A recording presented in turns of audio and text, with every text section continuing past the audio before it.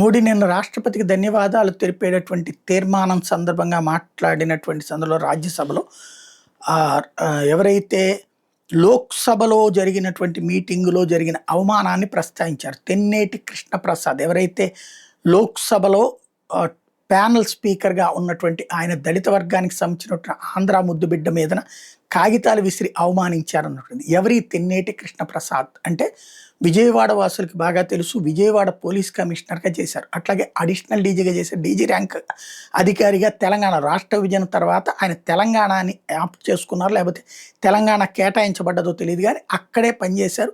ఆయన రిటైర్మెంట్ కూడా పోలీస్ అధికారిగా డీజీ స్థాయి అధికారిగా రిటైర్ అయ్యారు. ఆ తర్వాతన ఆయన భారతీయ జనతా పార్టీలో చేరారు. భారతీయ జనతా పార్టీ తరఫున స్ట్రాంగ్గానే ఉన్నారు. ఉన్నట్టుండి మొన్న ఎన్నికలకి ముందు రోజున రేపు నామినేషన్ల గట్ట ముగుస్తుందనగా బాపట్ల ఏదైతే ఇంతకుముందు నందిగం సురేష్ గెలిచినటువంటి వైసీపీ గెలుచుకున్నటువంటి సీటు ఏరియాలో ఆయన అకస్మాత్తుగా వచ్చారు. తెలుగుదేశం పార్టీ తరఫున ఆయన ఎప్పుడు తెలుగుదేశంలో చేరారో తెలియదు. ఆయన అకస్మాత్తుగా తెలుగుదేశంలో చేరడం, ఆయన తర్వాత బాపట్ల అభ్యర్థిగా ప్రకటించబడటం, భారీ మెజార్టీతో విజయం సాధించడం కూడా జరిగిపోయింది.